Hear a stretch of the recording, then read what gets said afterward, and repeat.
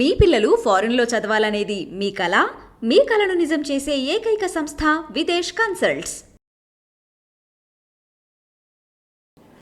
నమస్కారం, welcome to I dream. నేను మీ విజిత. ప్రస్తుతం మనతో పాటు ఉన్నారు ఆచార్య సత్యవీర్ స్వామీజీ. వీరు గత 15 సంవత్సరాల నుంచి సువిజ్ఞాన ఆశ్రమం మెదక్ డిస్టిక్ నర్సాపూర్ ప్రాంతంలో 15 సంవత్సరాలుగా వారు ఫర్టిలిటీకి సంబంధించిన యాగాలని ఇంతకుముందు మనం పురాతన కాలంలో వినే ఉంటాము. పుత్రకామిష్టి యోగం చేసిన తర్వాత దశరథుడికి సంతానం కలిగింది అని చెప్పి. అయితే ఇప్పుడు ఈ 21వ శతాబ్దంలో ఈ జనరేషన్లో టెక్నాలజీ ఎంత డెవలప్ అయిన తర్వాత ఇప్పుడు ఈ యాగాలు వీటన్నిటి వల్ల అసలు పుత్రుడు కలగటం అయితే ఏంటి, ఫర్టిలిటీ సమస్యలు తొలగిపోయి సంతానం కలగటం అయితే ఏంటి, ఇవన్నీ మనకు వినటానికి కొత్తగానే ఉంటాయి. కానీ స్వామీజీ గారు 15 సంవత్సరాలుగా వారి ఆశ్రమంలో అందరికీ సేవలు అందిస్తూ చాలా కేసెస్ సక్సెస్ అయ్యాయనే చెబుతున్నారు. అసలు ఏంటి దీని గురించి అంతా స్వామీజీని అడిగి తెలుసుకుందాం. నమస్కారం స్వామీజీ. నమస్తే స్వామీజీ, నేను విన్నాను మీరు గత 15 సంవత్సరాల నుంచి అక్కడ ఆశ్రమంలో చాలా రకాల యాగాలు చేస్తూ ఉంటారు. యాగాల ద్వారా చాలా మంచి ఫలితాలు కూడా వచ్చాయి అని చెప్పి విన్నాము. ఏంటి గురూజీ దాని గురించి? అవునమ్మా, అయితే ఏంటంటే మా ఆశ్రమం ద్వారా అని కాదు, ఇది మన యొక్క వైదిక సిద్ధాంతం. వేదాలు ఏదైతే మన హిందూ సంస్కృతికి మూల గ్రంథాలు ఉన్నాయో ఆ వేదాల యొక్క సిద్ధాంతం ఏంటంటే స్వర్గకామో యజేత. అంటే మనిషి స్వర్గాన్ని కోరుకుంటే, కోరికల్ని నెరవేర్చుకోవాలనుకుంటే యజ్ఞం చేసుకోవాలి అని బ్రాహ్మణ గ్రంథాల్లో చెప్పారు. ఓకే. అయితే యజ్ఞం అనేది మన కోరికల్ని నెరవేర్చి మనకున్నటువంటి సమస్యల్ని దూరం చేసే ఒక ఉదాత్తమైన గొప్ప సాధనం. అయితే కోరికలని అన్ని రకాలు ఉంటాయి. సమృద్ధి కావచ్చు, ఆరోగ్యం కావచ్చు, వర్షం కావచ్చు, అందులో సంతానం కూడా ఒకటి అని కాదు, పెద్దదనుకోండి, కానీ అలాంటి ఇంకెన్నో ఉంటాయి. అయితే వాటికి యజ్ఞం అనేది ఒక ప్రధాన సాధనం. ప్రతిదానికి కూడా ఏది కోరుకున్న మనిషికి దానికి ప్రధాన సాధనము యజ్ఞము అని ఒకనాడు ఉండేది ఆది కాలంలో.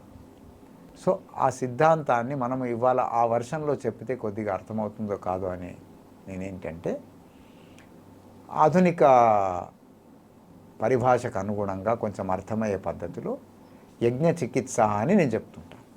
నేను చెప్పటం కాదు, పాశ్చాత్య దేశాల్లో కూడా ఇదే పదాన్ని వాళ్ళు వాడుతూ ఉన్నారు. అయితే వాళ్ళు వాడుతున్నారు కాబట్టి అనట్లేదు, మన దగ్గర ఇలాగే ఉంది, దాన్ని వాళ్ళు కూడా వాడుతున్నారు. హోమాథెరపీ అని, అగ్నిహోత్ర హాస్పిటల్స్ అని, అగ్నిహోత్ర ఫార్మింగ్ అని విదేశాలు జరుగుతున్నాయి. వ్యవసాయానికి అగ్నిహోత్రం యొక్క గాలి వీస్తే ఎలా ఉంటుంది, డైరీ ఫామ్ లోపల అగ్నిహోత్రం చేయడం వల్ల ఆవులలో పాల ఉత్పత్తి ఎలా ఉంటుంది, వాళ్ళ పాండమిక్ అంటువ్యాధులు ఆవుల పశువులకు ఎలా తగ్గిపోతున్నాయి, ఇట్లా డిఫరెంట్ ప్రయోగాలు చేస్తున్నారు. ఎంతవరకు అంటే రేడియేషన్, చెర్నోబిల్ బ్లాస్ట్ అయిపోయి రష్యాలో రియాక్టర్ పేలిపోయింది, మీకు తెలుసు అనుకుంటే చరిత్రలో. దాని రేడియేషన్ ఎలా తగ్గించాలన్న దాని గురించి కూడా సైంటిస్టులు అగ్నిహోత్రమే ఉపాయము అనే నిర్ణయానికి వచ్చారు. అది ఎవరి ద్వారా తెలిసింది అంటే అందులో పాల్గొన్న ఒక సైంటిస్టు, సౌత్ అమెరికా సైంటిస్టు, ఈ విషయం నాకు ఇక్కడ అప్పుడు ఈస్ట్ వెస్ట్ జర్మనీ ఉండేది, వెస్ట్ జర్మనీకి వెళ్ళి ఆ సెమినార్లో పాల్గొంటే నాకు అక్కడ ఈ విషయం తెలిసి నేను విస్తుపోయాను అని రాశాడు అతను, పెరు యూనివర్సిటీ ఒక రీసెర్చ్ పేపర్. అయితే అవి ఏంటంటే ఎందుకు వెలుగు చూసాయి ఇవన్నీ అని అంటే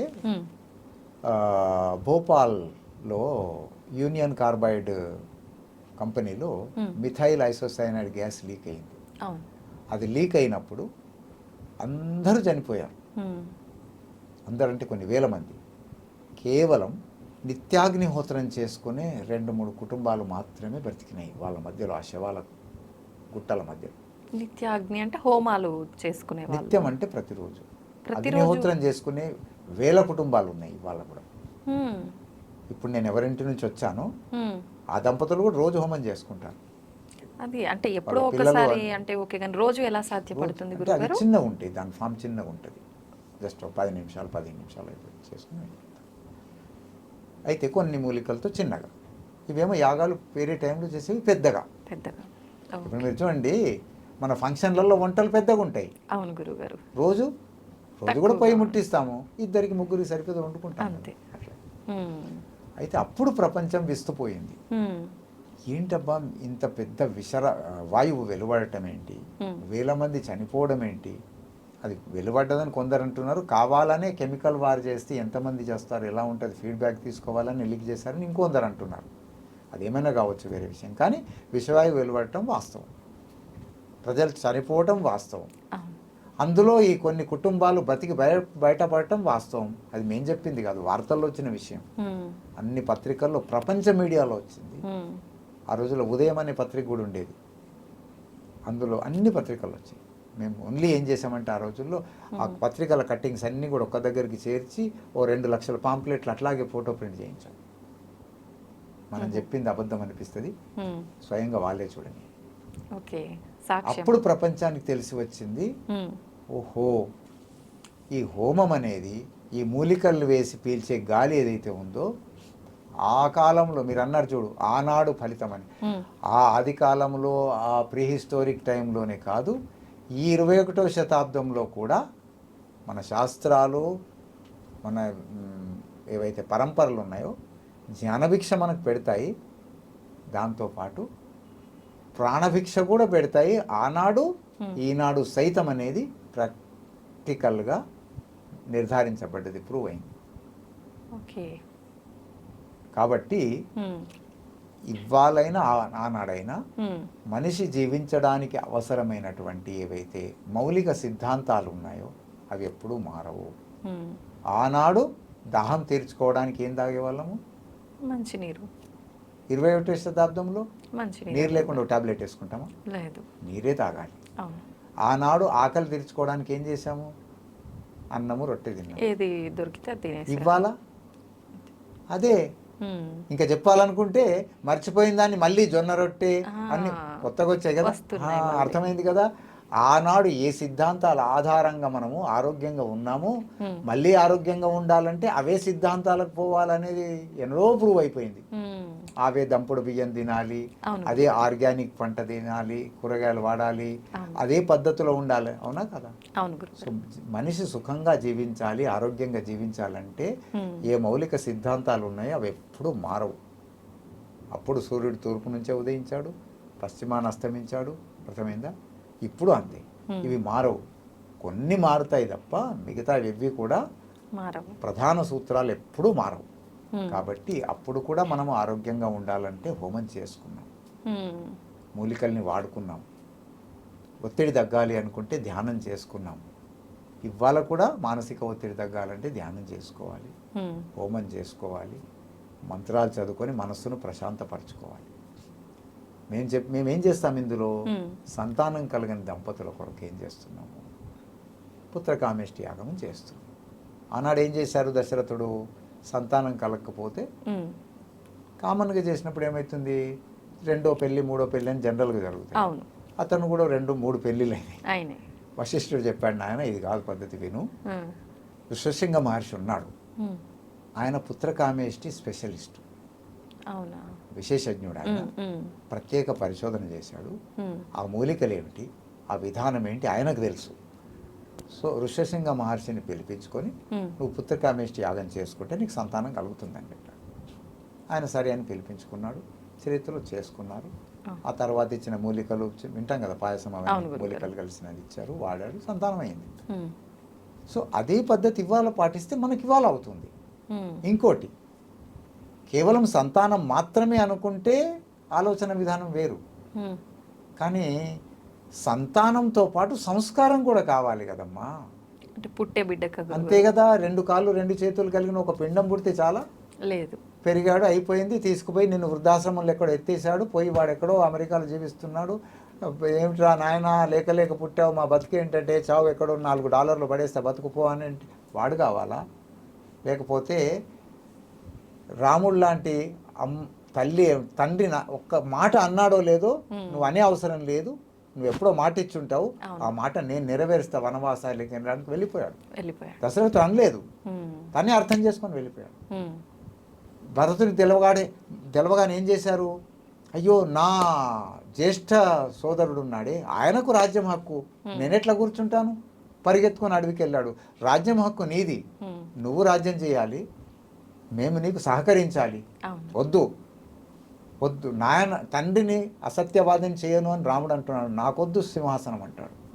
ఇతను అంటాడు లేదు నీ హక్కు నాకొద్దు అంటాడు. సింహాసనము నాకు, రాజ్యము నాకు వద్దు అని ఫైటింగ్ ఒకచోట. అవునా?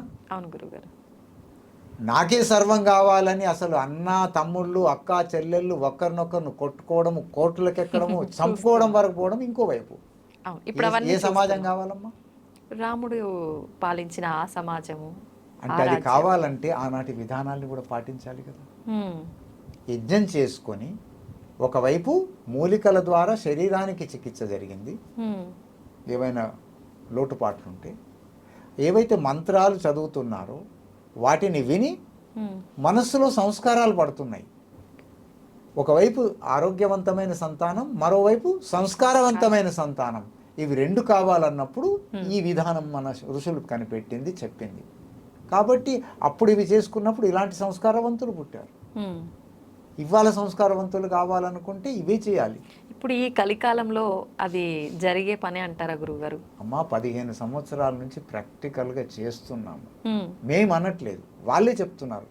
స్వామి పుత్రకామేష్టి చేసుకున్న తర్వాత మా దగ్గరకు వచ్చే వాళ్ళు ఎక్కువ ఎవరు, తిరిగి విసిగిపోయి అన్ని మాకు ఇమ్మీడియట్ తెలిసిపోతుంది. మా ఆశ్రమం వైపు వచ్చారంటే వీడు ప్రపంచమంతా వడబోసి అన్ని తలుపులు మూతపడ్డాక వచ్చాడు.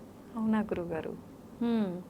అట్లాంటి వాళ్ళకు కూడా సంతానం కలిగింది. ఈ మధ్యనైతే కొన్ని సంవత్సరాల నుంచి ప్రతిసారి డాక్టర్లే వస్తున్నారు ఎందరో. సంతానం ఇష్యూ అటువంటిది, అన్ని చేసి చూశారు. కొందరేంటి ఈ ప్రాబ్లం, ఈ సమస్య, ఆ సమస్య ఉంది అని ఆ సమస్య ఎంత తిరిగినా హాస్పిటల్ చుట్టూ తిరగలేదు, జోబులు ఖాళీ అయిపోయినాయి, సర్వమైంది ఒక పక్షం. ఇంకో పక్షం ఏంటి, ఎక్కువ మటుకు డాక్టర్లు వచ్చే వాళ్ళు ఏమంటున్నారు, అన్ని రిపోర్ట్లు నార్మల్ ఉన్నాయండి, మరి ఎందుకో ఏమో 6 ఏళ్ళు అయింది 7 ఏళ్ళు అయింది అవ్వట్లేదు. ఎందుకు అవుతుంది గురుగారు అట్లా? రిపోర్ట్లు అన్ని నార్మల్ ఉన్నప్పుడు. ఒక జంట పేర్లు చెప్పను, పటన్ చెరువు నుంచి వచ్చారు. భార్య గైనకాలజిస్టు, భర్తనేమో ENT స్పెషలిస్ట్. మీరు ఇంత ప్రశాంతంగా మాట్లాడుతున్నారు, వాళ్ళు అసలు ఎంత అంటే ఒక రకమైన ఫెడప్ అయిపోయారు. 5 IVFలు చేసుకున్నారు. ఈ హాస్పిటల్లో తెలుసు కానీ చెప్పను నేను, అది ఇక్కడే హైదరాబాద్లో పెద్ద మల్టీ స్పెషాలిటీ సూపర్ స్పెషాలిటీ, ఇద్దరు డాక్టర్లు ఇక్కడ 5 IVFలు చేసేసుకొని 6వది బాంబేలో బుక్ చేసుకొని వచ్చారు. అర్థమైంది? ఏ లోటు లేదు అంట. నేనే అన్నాను ఆమె, అమ్మ 5 చేసుకున్నావు ఫెయిల్ అయినాయి, మరి 6వది మళ్ళీ ఎందుకు బుక్ చేసుకొని వచ్చావు, 6వది ఫెయిల్ కాదని ఏం ప్రూఫ్? అంటే ప్రయత్నం విసిగిపోయారు. అయితే మరి 6 చేసుకున్నావు కదా, అక్కడే చేసుకో కదా మరి అంటే దాని మీద నమ్మకం లేదు. 5 ఫెయిల్ అయితే 6 ఫెయిల్ కావచ్చు, అది మనసులో కనిపిస్తుంది. అవును, ఆ భయం ఉంటుంది. సో ఎట్లా పరిస్థితి అంటే విసిగిపోయినారు. ప్రాబ్లం ఏంటంటే మనిషిని అర్థం చేసుకోకపోవడం వల్ల ఈ సమస్యలు వస్తున్నాయి. మనిషి అంటే మనం కేవలం ఈ దేహమే అనుకున్నప్పుడు సమస్యలు వస్తాయి. మరి దేహం కాకపోతే ఇంకేమనుకుంటారు గురుగారు? ఇప్పుడు ఫిలాసఫీ నేను చెప్పితే మళ్ళీ మనము దర్శనాల వైపు వెళ్తాం. ఒకటే లైన్లో చెప్తాను, ఇది సాంఖ్యశాస్త్రం పేరు విన్నారు కదా. సంస్కృతంలో నాస్తి సాంఖ్య సమం జ్ఞానం, సాంఖ్యం కంటే మించిన జ్ఞానం భూమి మీద ఇంకోటి లేదంటారు. అందులో చెప్పింది ఏంటంటే దేహమే శరీరమా వేరా అన్నప్పుడు సింపుల్గా చెప్పారు. మీరేమంటారు? ఇదేమిటమ్మా, ఎవరి చెయ్యి ఇది? మీ చెయ్యి, మానవుడు. మీ చెయ్యినైతే మీరేమంటారు? అది ఎవరి చెయ్యి? నా చెయ్యి అనండి, లైన్ ఒక్కసారి అనండి. నా చెయ్యి. నా చెయ్యి. ఈ తల ఎవరిది? అది మీది, ఇది నాది. నా ఏమంటారు? నా తల, నా చెయ్యి, నా కాలు, నా వీపు, నా ఛాతీ, నా కన్ను, నా వెంట్రుకలు, నా దేహము, నా మనస్సు. ఏంటి ఇవన్నీ? షష్ఠీ వ్యపదేశాలపి అన్నారు. షష్ఠీ విభక్తి అంటాం కదా, మీరు తెలుగు వాచకం చదివి ఉంటారు, విభక్తులు ఉంటారు. షష్ఠీ విభక్తి ఏంటి? కీ కు యొక్క అంటాం, నా యొక్క. ఓకే, అవునా? నా యొక్క చెయ్యి, నా యొక్క తల, నా యొక్క కాలు. నేను కాలు కాదు, నా తల కానీ నేను తల కాదు. నా ఛాతీ, నేను ఛాతీ కాదు. నా వీపు, నేను వీపు కాదు. నా కన్ను, నేను కన్ను కాదు. నేను కన్ను అయితే నేను కన్ను అంట, నా కన్ను ఎందుకంట? రెండు డిఫరెంట్. చివరికి ఏమంటాము? నా శరీరం, నా శరీరం, నేను శరీరం కాదు. లోపల నుంచి వస్తున్న వాయిస్ కదా ఇది. షష్ఠి అన్నారు. షష్ఠి విభక్తి వాడకతో ఏం తెలుస్తుంది అంటే ఆత్మ వేరు శరీరం వేరు అన్నారు. మనం చెప్పట్లేదు, మన లోపల నుంచి వస్తున్నది, ఇది internal voice, it is a fact. మనం శరీరం కాదు, ఇది మన శరీరం, కానీ మనము శరీరం కాదు. నా శరీరము, నేను శరీరం కాదు. అర్థమైంది కదా? శరీరం ఒకటి, ఇంకోటి ఏమిటి? ఆత్మ, మనస్సు. మూడింటి కలయిక మనిషి అని ఆయుర్వేద శాస్త్రం చెప్తుంది, ఆధ్యాత్మ శాస్త్రాలు కూడా చెప్తాయి. ఆయుర్వేదంలో ఏముంది? చరకంలో సత్వమాత్మ శరీరం చ త్రయమేత త్రిదండవత్. 3 కాళ్ళ పీట ఇది మనిషి అనేది. మనస్సు, సత్వం అంటే మనస్సు, ఆత్మ, శరీరం. ఈ మూడింటి ఆధారంగా నిలబడి ఉన్న ఈ మనిషి ఏదైతే ఉందో ఆ కలయికతో తయారైంది అని. అర్థమైందా? అర్థమైంది గురుగారు. కాబట్టి ఈ మూడింటిని కలిపి మనం ఆలోచించినప్పుడే సమస్యలకు సమాధానం కలుగుతుంది. అంటే మనస్సును ఆలోచించాలి, దీనికి ఎలా సమాధానం చేయాలి, శరీరాన్ని ఆలోచించాలి, ఎలా చేయాలి, ఆత్మకి ఏం చేయాలి, అప్పుడే సమాధానం అవుతుంది. అందుకే ఋషులు ఏం చేశారంటే, యజ్ఞంలో ఏం చేస్తున్నాం మనము? మూలికలు వేసేస్తున్నాము, పేలుస్తున్నాము, శరీరంలో ఉన్న రుగ్మతలు పోతున్నాయి. పొగాకు ఉంది కదా, ఏం రాస్తారు? పొగాకు హానికారకము అని రాస్తారు. ఇంజూరియస్ అని ఉండేది చిన్న అక్షరాలు. మళ్ళీ తర్వాత ఏం చేశారు? పెద్ద అక్షరాలు పెట్టుకున్నారు. మళ్ళీ తర్వాత ఏం చేశారు? క్యాన్సర్ కారకము అంటూ క్యాన్సర్ పుండు కూడా ఇంత పెద్దది చూపించాలని పెట్టారు. గుట్కా అవన్నీ మీరు పెడుతున్నాం కదా, ఈవెన్ సిగరెట్ల దాని మీద పెడుతున్నాం. ఏమిటది? ప్రమాదకరమైంది ఇది అని మనకు ఒక హెచ్చరిక. ఏమున్నది అందులో? కాగితంలో చుట్టింది సిగరెట్టు, ఆకులో చుట్టింది బీడి, లోపలేముందమ్మా? ఆకు, పొగాకు, అది కూడా ఎండిపోయిన పొగాకు, అంతే కదా? కాలింది పొగాకు, కాలిపోయింది, అదృశ్యమైపోయింది, అంతే కదా? మరి దాంతో క్యాన్సర్ రావడం ఏంటి? అంటే భౌతిక శాస్త్ర ఫిజిక్స్ సిద్ధాంతం ఏంటంటే, ఉన్న పదార్థం అంతం కాదు, లేని పదార్థం పుట్టుకురాదు, ఫామ్ చేంజ్ అవుతుంది, అంతే, రూపాంతరం చెందుతుంది. అవునా కదా? అది పొగాకు కాలిపోయింది అనుకుంటున్నాం, పోలేదు. గూగుల్ చేసి చూడండి మీరేంటి, 4200 పైచిలుకు విష రసాయనాలు వెలువడతాయి ఒక పొగాకు కాలినంత మాత్రాన. ఒకవేళ పొగాకు కాలితే ఇన్ని విష రసాయనాలు వెలువడితే, మరి ఔషధ విలువలు కలిగినటువంటి చందనం కావచ్చు, గుగ్గిలం కావచ్చు, జాజికాయ కావచ్చు, జాపత్రి కావచ్చు, ఏలకులు కావచ్చు, ఇంకా రకరకాల మూలికలు ఉన్నాయి, జటామాసి కావచ్చు, ఇవి కాలినప్పుడు ఏమవుతాయి? ఔషధ విలువలు కలిగిన వాయువులే వెలువడతాయి. అది కనుక క్యాన్సర్ లాంటి భయంకరమైన వ్యాధి తెచ్చిపెడితే, ఇది అంతకంటే భయంకరమైన వ్యాధుల్ని నయం కూడా చేయొచ్చు. అవును గురు, కామన్ సెన్స్ కదా. అవును, అదే ఋషులు చెప్పారు. అవే చేసాం మనం. అవి చేసినంత వరకు మనం ఆరోగ్యంగా ఉన్నాం. అవి వదిలిపెట్టిన తర్వాతనే ఈ క్యాన్సర్ అని పుట్టుకొచ్చింది, ఎయిడ్స్ అని పుట్టుకొచ్చేసింది, ఇప్పుడు కరోనా అని పుట్టుకొచ్చేది. ఇవన్నీ ఎందుకు వస్తుంది? మాస్క్ పెట్టుకోవడం తప్పు కాదు, కానీ ఒక మాస్క్ పెట్టుకున్నంత పాత్రాన కరోనా సమాధానం అయిద్దని ఎక్కడ ఉందా? ఏ ఒక్క చెప్పండి. లేదు గురుగారు, మాస్క్ పెట్టుకుంటున్నాం అంతే. కానీ ఏవైతే మన లోపల ఈ రుగ్మతలు వచ్చేసాయో వాటికి సమాధానం కావాలంటే, వాటికి సమాధానం చేసి ఔషధ విలువ కలిగినటువంటి గాలి, అర్థమైనగా, ఆ గ్యాసెస్ మన ముక్కు ద్వారా ఊపిరితిత్తుల్లోకి పోయినప్పుడే దానికి యాంటీడోట్ చేసి మనకు సమాధానం కలిగిస్తాయని ఋషులు చెప్పారండి. ఏం కల్పించింది లేదు, మూఢనమ్మకం అన్నది లేదు. సింపుల్ కదా. అవును గురుగారు, అది యజ్ఞం అనేది. అందుకే ప్రాచీన కాలంలో ఏమన్నారంటే, ప్రాతః గృహపతిర్నో సాయం సౌమనస్య దాత. నిత్యాగ్నిహోత్రం చేసుకునే వాళ్ళు, అది కూడా 2 సార్లు ఆ కాలంలో. అంటే గంటలు కాదు, వాళ్ళకు పాపం ఎంత చిన్న దాన్ని అగ్నిహోత్రం అంటారు, చిన్నదాన్ని. పెద్ద వాటినేమో యాగాలంటారు, ఎక్కువ టైం తీసుకొని ఎక్కువ మూలికలతో చేసేది. చిన్న ఫ్యామిలీ కోసము వ్యక్తిగతంగా చేసుకునేది అగ్నిహోత్రం. ఇది వేద మంత్రం. అంటే ఎవరికి వాళ్ళు చేసుకోవడము అని అంటే పండితులు అయితే మంత్ర ఉచ్చారణలు అవన్నీ ఉంటాయి కదా గురుగారు, వాళ్ళు ఎవరికి అంటే ఆ కాలంలో ఏంటి అందరూ గురుకులాలు చదువుకొని వచ్చేవాళ్ళు కాబట్టి వాళ్ళ బేసిక్ అవసరమని నేర్చుకొని వచ్చేవాళ్ళు. ఇప్పుడు మనకు విద్యా విధానాలు మారిపోయి ఎవరో విదేశీ విద్యా విధానంలో ఇవి చదువుకునేసరికి విడాకులు అయిపోయినాయి. శాస్త్రాలు తెలియవు, అవి తెలియవు. కాబట్టి ఓన్లీ ఫిజిక్స్, కెమిస్ట్రీ, మ్యాథ్స్ ఇవి చదువుకొని వచ్చేసరికి మనకు ఇవి అనిపిస్తున్నాయి. అప్పుడు ఈ కామన్ అవసరం ఉన్న శ్లోకాలు మంత్రాలు వచ్చేసేవి.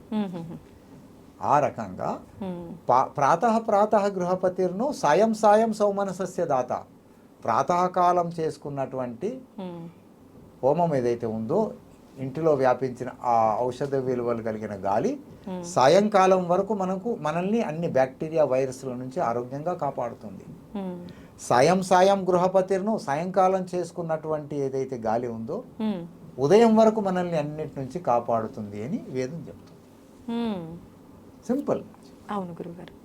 భోపాల్ గ్యాస్ లీక్ అయినప్పుడు అది మనకు తెలిసింది. ఓహో 21వ శతాబ్దంలో ఇంత ఉంటే ఆనాడు ఎంత అద్భుతంగా పనిచేస్తుండాలి మూలికలు. అవును గురుగారు. ఎందుకంటే ఇవాళ మూలికలు కూడా ఈ కమర్షియల్ అయిపోయి యూరియా అవి చల్లి పండిస్తున్నారు. లేక నేరుగా అడవుల్లో వచ్చుంటే వాటి విలువలే వేరుంటాయి. సో ప్రాక్టికల్గా వీరిని కనిపిస్తున్నాయి. వైజ్ఞానికంగా ఉన్నటువంటి సూత్రాలు, సిద్ధాంతాలు, శాశ్వతమైనటువంటి సిద్ధాంతాలు ఇవి. మనస్సు ఏమిటి? ఇప్పుడు నేను చెప్పాను కదా, మనస్సు ఏమంటున్నాము, అన్ని నార్మల్ ఉన్నాయి అంటున్నాం. అంటే నీకు మనస్సులో ప్రాబ్లం ఎక్కడ ఉంది? కనిపించని దోషాలు ఉన్నాయి. కాబట్టి వాటికి ఏమిటి? మంత్రాలు చదువుతున్నాం. మా దగ్గరకు వస్తారు చాలామంది, మాకు ఇవన్నీ ఔషధాలు అవసరం లేదండి, కేవలం పూజ చేసుకుంటే చాలు. కొందరు వస్తారు, మేము ఇవన్నీ అంటే అన్ని రకరకాలు ఉంటారులే, మాకు ఓన్లీ మూలికలు మందులు ఇచ్చేయండి చాలండి, మాకు ఇవన్నీ అక్కర్లేదు. అప్పుడు ఫలితం ఉండదా గురుగారు? ఎలా ఉంటుందమ్మా? మేము అవే చెప్పాము, నాయన ఓన్లీ మందులు మూలికలు అనుకుంటే ఇక్కడ ఎందుకు వచ్చావు, అక్కడే పోగా హాస్పిటల్ తిరుగుతున్నావు కదా, అక్కడే పోయి తిరుగు. కానీ చాలామంది మూలికలు మాత్రమే మందుల రూపంలో ఇచ్చి మీకు సంతానం కలుగుతుంది అని చెప్పి చెప్తుంటారు కదా గురువుగారు. మరి వాళ్ళు చెప్పుకోవచ్చు, అలాంటి ప్రాబ్లమ్స్ ఉంటే పార్షల్గా కావచ్చు కూడా. కానీ మేము చేసే విధానం సమగ్రంగా చేస్తున్నాం. ఆ మూలికలు ఇచ్చే వాళ్ళు ఏంటి అంటే వాళ్ళకి ఇవన్నీ వేదాలు, శాస్త్రాలు తెలియవు కాబట్టి వాళ్ళు ఈ గొడవ మనకెందుకు అనుకుండొచ్చు, తెలియదు, మనకు ఊహిస్తున్నాం.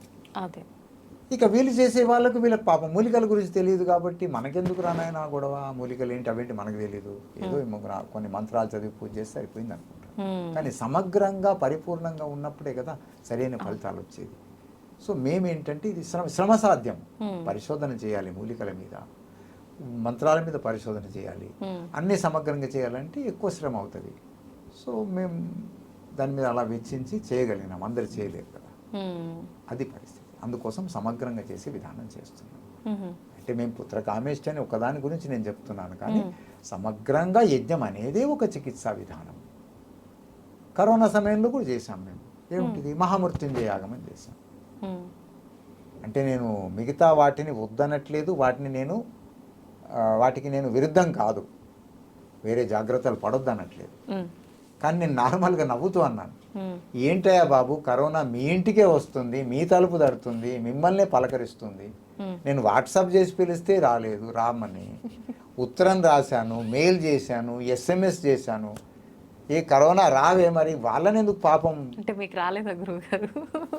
మీ ముందే ఉన్నాం కదా, పాపం వాళ్ళని ఎందుకు పాపం బాధ పెడతావు? గృహస్థులు కష్టపడి నానా అవస్థలు పడుతున్న వాళ్ళను, కుటుంబాలను మా దగ్గరికి రాగదా అంటే, అయ్యా వద్దు, మీ దగ్గర వచ్చి చావమంటావా?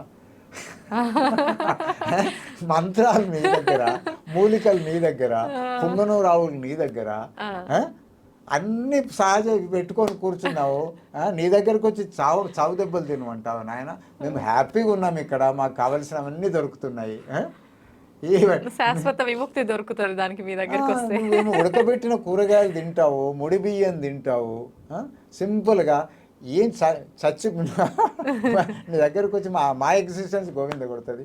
వద్దు నాయన, బతికి బల్సాకు తింటాం, ఇక్కడే హ్యాపీగా సంతోషంగా ఉన్నాము, వీళ్ళు మాకు పకోడీలు అన్ని రకరకాలవి తినిపిస్తున్నారు, హాయిగా తినిపిస్తున్నారు, ఇక్కడ మాకు లెక్కలేని సంతోషంగా ఉంది, ఎంజాయ్ చేస్తున్నాం. ఎప్పుడు వస్తాయమ్మా అంటే, మనము ఎప్పుడైతే దానికి వాతావరణం కల్పిస్తాం అప్పుడు వస్తాయి. మనం ప్రకృతి సిద్ధంగా వీటన్నింటికి ఋషుల సిద్ధాంతంగా అనుకూలంగా ఉంటే ఆనాడైనా ఈనాడైనా పూర్తి ఆరోగ్యంగా ఆనందంగా జీవించగలుగుతాము. ఈ అనవసరమైన ఏ దుఃఖాలకు సమస్యలకు మనము బలి కాకుండా ఉండగలుగుతాం. అది మన ఋషుల యొక్క సిద్ధాంతము. ఈ ఏదో పుత్రకామేష్టి అయినా కూడా నేను ఈ సందర్భంగా ఇది చెప్పదలుచుకున్నాను. అయితే ఏంటంటే ఇందులో ఇంకో సుఖం ఉందమ్మా. ఏంటది గురుగారు? అదేమిటంటే సంస్కారవంతమైన సంతానం మనం పొందుతున్నాము, ఆరోగ్యవంతమైన సంతానం. అందరు చెప్తున్నారు, స్వామి మా పిల్లలు ఏదైతే పుత్రకామేష్ ద్వారా పుట్టారో మిగతా పిల్లల కంటే ఆరోగ్యంగా ఉన్నారు, అలర్ట్ ఉన్నారు, ఇంటెలిజెంట్ ఉన్నారు, మంచి సంస్కారవంతంగా ఉన్నారు వాళ్ళే చెప్తున్నారు. తెలిసిపోతారు కదా అందరు మిగతా వాళ్ళతో. ఈ రెండింటితో పాటు ఇంకోటి ఏమిటంటే చాయిస్. మనకు బాబు కావాలంటే బాబు, పాప కావాలంటే పాప. అవి కూడా ఈ చాయిస్ మనకు ఋషి కల్పించారు. ఎంత అడ్వాన్స్ పరిశోధన చేశారు. పుష్యమి నక్షత్రం నాడు ప్రత్యేకంగా ఔషధాన్ని సూర్యనాడి యాక్టివ్గా ఉన్నప్పుడు మగదూడ ఉన్న ఆవు పాలలో మూలికను నూరి పుంసవనం అంటాము, ముక్కులో వేస్తే, పొడి ముక్కులో వేస్తే బాబు పుడతాడు. అలాగే అంటే నేను మూఢనమ్మకాలుగా చెప్పట్లేదు సుమా. ఈవెన్ మెడికల్ కాలేజీలో కూడా శాస్త్రాల్లో ఉన్నవి చెప్పాల్సిందే, వాళ్ళు కూడా చెప్తారు మెడికల్ కాలేజ్. ప్రాక్టికల్గా ఎంత చేస్తున్నారు లేదు నాకు తెలియదు. అలాగే చంద్రనాడి యాక్టివ్గా ఉన్నప్పుడు వేయవలసినటువంటి మూలికను తీసుకొని సుశ్రుతంలో 8 రకాల మూలికలు మెన్షన్ చేశారు. సుశ్రుతం అంటే మీకు తెలుసు కదా, ఏది ఆయుర్వేద శాస్త్రంలో సర్జరీ గ్రంథం అని మన మెడికల్ కాలేజీలో కూడా నేర్పిస్తారు. ఆ గ్రంథంలోనే 8 రకాల మూలికలు మెన్షన్ చేసి చెప్పారు. బాబు కావాలి అన్నప్పుడు ఇవే ఈ మూలికలు మనం తీసుకోవాలి. ఈ మొగదూడ ఉన్నటువంటి పాలలో నూరి కుడి ముక్కులో వేస్తే బాబు, ఎడం ముక్కులో వేస్తే పాప. దానికి తోడు పాప కావాలి అన్నప్పుడు చంద్రనాడి యాక్టివ్గా ఉన్నప్పుడు ఈ ఔషధాన్ని కనుక మనం వేస్తే పాప పుడుతుంది. సో ఇది మనకు శాస్త్రంలో చెప్పారు, అదే మనకు ప్రత్యక్షంగా ఫలితం కూడా లభిస్తుంది. కానీ ఇందాక మీరు అన్నట్టు ఇలాంటివి చాలామంది అబ్బాయి కావాలి అని చెప్పి కొంతమంది దగ్గరికి వెళ్ళి ఫెయిల్ అయిపోయి, ఇవన్నీ మూఢనమ్మకాలు. నిజంగా మూఢనమ్మకాలని మామూలుగానే అంటుంటారు గురుగారు. ఇట్లాంటివి ఫెయిల్ అయిన తర్వాత ఇంకెక్కువగా ఇది నిజంగానే మూఢనమ్మకము, ఎవరు నమ్ముతారు, ఇట్లాంటివన్నీ అంటుంటారు. వాళ్ళందరికీ మీరేం చెప్తారు?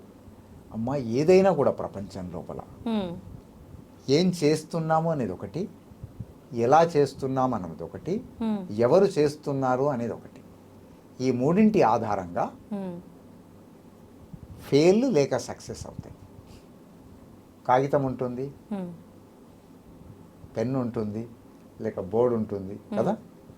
సో అవి తీసుకొని, పెన్ను మంచిదే, పార్కర్ పెన్ను కావచ్చు కదా, పేపర్ కూడా మంచి బాండ్ పేపర్ కావచ్చు, ఎగ్జిక్యూటివ్ బాండ్ కదా. కానీ చెప్పేవారు ఎవరు అన్న దాని మీద నుంచే పాఠాలు మంచిగా వస్తాయా రావా, స్టూడెంట్ పాస్ అవుతాడా లేదా, state level country level rank వస్తుందా లేకపోతే పాస్ మార్కులు కూడా రావా అనేది నిర్ధారణ కదా. సో అది అక్కడే ఒక చదువుకే కాదు, అంతటా వర్తిస్తుంది. ఇక్కడ కూడా చేసేటప్పుడు ఎవరు చేస్తున్నారు, వాళ్ళ యోగ్యత ఏంటి, చేసేవైతే ఉన్నాయి కదా ఆ మూలికలు కావచ్చు, మంత్రాలు కావచ్చు, వాటి లెవెల్ ఏంటిది అన్నది కూడా ఉంటుంది. ఈ రెండింటితో పాటు అది చేసే విధానం ఏదైతే ఉందో, ఎంత పర్ఫెక్ట్ చేస్తున్నారు అని, ఇవన్నీ కలిసి వెరసి సరిగ్గా ఉన్నప్పుడు రిజల్ట్ సరిగ్గా ఉంటుంది. అవి లేవనుకో రిజల్ట్ రానప్పుడు సహజమే అది. ఇప్పుడు వేదం పేరు చెప్పి మిడిమిడిగా మేము చేసామనుకో, అన్ని వేదాలు వేస్ట్ అని వేరే వాడు అన్నేస్తాడు అంటారు. నేను చేసిన అంటారు, ఎవరైనా అంటారు. వేదం గొప్పదే కావచ్చు, కానీ దాన్ని చేసే వ్యక్తి నా యోగ్యత సరిగ్గా లేనప్పుడు నా అయోగ్యత వేదం మీద ప్రతిబింబిస్తుంది. వేదం మంచిదే, నేను యోగ్యునే కావచ్చు, కానీ నేను ఎన్నుకున్నటువంటి మూలికలు సరిగ్గా లేవు. కమర్షియల్గా ఎవడో యూరియా ఇవన్నీ పెస్టిసైడ్స్ వేసి, ఈ మధ్య ఆయుర్వేదం డిమాండ్ పెరిగింది కాబట్టి చాలామంది కమర్షియల్ పండిస్తున్నారు మూలికల్ని. పండించేసరికి సహజ సిద్ధమైన మూలికల్లో ఉండాల్సిన గుణాలు అక్కడ ఉండవు. ఇప్పుడు చూస్తాం ఆర్గానిక్ అని చూస్తున్నాం కదా. ఎట్లాగైతే బియ్యం పప్పులు ఇవి అయిపోయాయో సేమ్ అవి కూడా అట్లాగే కమర్షియల్ అయిపోయాయి. సో గుణాలు లేకపోవచ్చు. అప్పుడు కూడా అప్రతిష్ట వాటికి వచ్చేస్తుంది. నాకు రావచ్చు, అటు శాస్త్రాలకు రావచ్చు. కాబట్టి ఇవన్నీ ఉండాలి, అన్నీ సమగ్రంగా ఉన్నప్పుడే రిజల్ట్స్ మంచిగా ఉంటాయి. సో మేము అయినంత మట్టుకు వీటన్నింటినీ సరిగ్గా పాటించాలని ప్రయత్నం చేస్తూ ఉన్నాం. మూలికలు సరిగ్గా ఉండాలి, మేము కూడా సరైన ప్రయత్నం చేయాలి, అటు శాస్త్రాలను కూడా సరిగ్గా అర్థం చేసుకోవాలని ప్రయత్నం చేస్తున్నాము. సో దేవుడి దయ వల్ల అద్భుతమైన ఫలితాలను ఒక్కొక్కసారి మాకే నమ్మకం కలగట్లేదు, ఇట్లాంటి ఫలితాలు ఎలా అవుతున్నాయి. కొన్నిసార్లు అయితే అవుతుందో లేదో అనుకొని చేస్తే చూసి ఫలితాన్ని ఆశ్చర్యపోతున్నాము. కానీ అన్ని సమగ్రంగా ఉన్నప్పుడు ఈ ఫలితాలు వస్తాయి. ఇది మాత్రం బాబు కావాలంటే బాబు పుడతాడు, పాప అన్నది మేము 15 సంవత్సరాలు పరీక్షించి చూసాము. ఒక్కరు కాదు, మీకు ఎన్నెంటన్ని ఎగ్జాంపుల్స్ చూపిస్తాం. అర్థమైందా? అలాగే ఈ మంత్రాలు ఉన్నాయి, ఈ మూలికలు ఉన్నాయి, ఈ వ్యక్తులు ఉన్నారు, వీళ్ళందరూ కూడా సమయాన్ని కూడా సెలెక్ట్ చేసుకొని చేయాలి. కొందరు ఇప్పుడు నేను చెప్పాను చూడండి, ఎన్నో చేస్తున్నారు. మేమేం చేస్తున్నాము, ఈ మూలికల కలెక్షన్ ఏ సమయంలో చేశామన్నది కూడా మోస్ట్ ఇంపార్టెంట్. కలెక్షన్ కూడా సమయం చూసి, అడవులోనే ఉన్నాయి మూలికలు, సహజంగానే పెరిగాయి, ఏ కృత్రిమత లేదు. కానీ నేను పుష్యమి నక్షత్రం నాడు తేవాల్సిన మూలికను నార్మల్ టైంలో తెచ్చాను అనుకో, రిజల్ట్ లేకపోవచ్చు. అస్సలు ఫలితం ఉండదా గురుగారు? తక్కువ ఫలితాలు ఉంటాయా? రెండు కావచ్చు. కొన్ని సందర్భాల్లో తక్కువ ఫలితం ఉండొచ్చు, కొన్ని సందర్భాల్లో ఫలితం రాకపోవచ్చు. నేను సింపుల్గా చెప్తానమ్మా, అస్తమా ఉంటుంది కదా, దమ్ము అంటాము. అవును గురుగారు. అది అసలు పోదు అని అంటారు. హిందీలో ఏమంటారంటే దమ్కే సాత్ జాతా, అంటే దమా వ్యాధి, దమ్ అంటే ప్రాణంతో పాటే పోద్ది అనే నానుడు ఉంది. అయితే మేము ప్రారంభం చేసిన రోజుల్లో మాకే నమ్మకం లేకుండా, నిజంగా నిజాయితీగా చెప్తున్నాను, ఎందుకంటే మాకు లేదు. ఎవరికో ఇస్తున్నప్పుడు శాస్త్రంలో రాసింది కదా, సరే ఇచ్చి చూద్దాం అనుకుని ఇచ్చాం. కార్తీక పౌర్ణమి, శరత్ పౌర్ణమి అప్పుడు ఆవు పాలల్లో బియ్యం వేసి ఉడకబెట్టి పాయసం చేసి ఆనాడే మూలిక తెచ్చేసి దంచి అందులో కలిపేసి వెన్నెల్లో పెట్టాలి. రాత్రంతా వెన్నెల్లో పెట్టి తినాలంతే. ఒకే డోస్ తగ్గిపోతుంది ఉన్నది శాస్త్రంలో, వాడుతున్నారు మంది. మనకు కూడా అనుకున్నాం నష్టమయ్యేది లేదు, పాయసమే కదా, చూద్దాం అనుకుని చేశాం. చేసిన తరువాత మంది వచ్చి ఫీడ్బ్యాక్ చెప్తూ ఉంటే నిజమా అసలు అబద్ధమా అర్థమైతలేదు. కానీ అబద్ధం ఎందుకు చెప్తాడా మనిషి? ఒక హెడ్ మాస్టర్ పరిగెత్తుకొని వచ్చాడు సంగారెడ్డి నుంచి, స్వామి అస్తమా గురించి ఎక్కడెక్కడ తిరిగి ఎన్ని తంటాలు పడ్డాను నేను, ఈ చమత్కారం ఏంటి నాకు అర్థం అవ్వట్లేదు, రాత్రి మీరు ఇటు పాయసం అన్నారు, తినగానే ఇంత చమత్కారం అయింది, నాకు ఇంకో పొట్లం ఇవ్వండి అని వచ్చాడు. నాయన ఒక్కటి కాదు 10 పొట్లాలు తీసుకుపో, కానీ అది ఆ నక్షత్ర ఆ సమయంలో ఆ పౌర్ణమి నాడు ఆ వెన్నెల కిరణాల్లోనే ఉంటుంది, మిగతా సమయంలో ఉండదు. మళ్ళీ నన్ను అబద్ధం అన్నది, ఇప్పుడు అప్పుడేదో మంది ఇచ్చాడు, ఇప్పుడు ఫలితం లేని మంది ఇచ్చాడు అనొద్దు అని చెప్పాను. మొండికేసి ఇచ్చాను, తీసుకుపో, కానీ విషయం చెప్పేస్తున్నాను. మరి ఇప్పుడు కొందరు స్వయంగా వచ్చారు, వచ్చేసి స్వామి మీ దగ్గర తీసుకున్నాను 3 ఏళ్ల క్రితము, 3 సంవత్సరాల నుంచి ఏ ప్రాబ్లం లేకుండే, మళ్ళీ కొంచెం కొంచెం స్టార్ట్ అయ్యింది. అప్పుడు నాకు అనిపించింది 3 సంవత్సరాలు, నాకు పాశ్చాత్య దేశాల్లో 22 ఏళ్ళ నుంచి ఉండి చూశాను, అవన్నీ నాకు తెలుసు. ఇన్హేలర్ పట్టుకుని నానా తంటాలు పడే మనుషులు, అవును గురుగారు, ఏమిట్రా బాబు, ఒక్క సంవత్సరమైనా. ఇప్పటి పరిస్థితి ఏంటంటే ఒక్కనాడు కనుక మందు సేవించి 1 సంవత్సరం ప్రాబ్లం పోయింది అనుకుంటేనే లక్కీ పర్సన్ వాడు. నిజం గురుగారు. కానీ 3 సంవత్సరాలు నిశ్చింతగా ఉండడం ఏమిటి, ఇదేంటి, నిజమా అబద్ధమా, కానీ వాడు స్వయంగా చెప్తున్నాడు కదా మనిషి.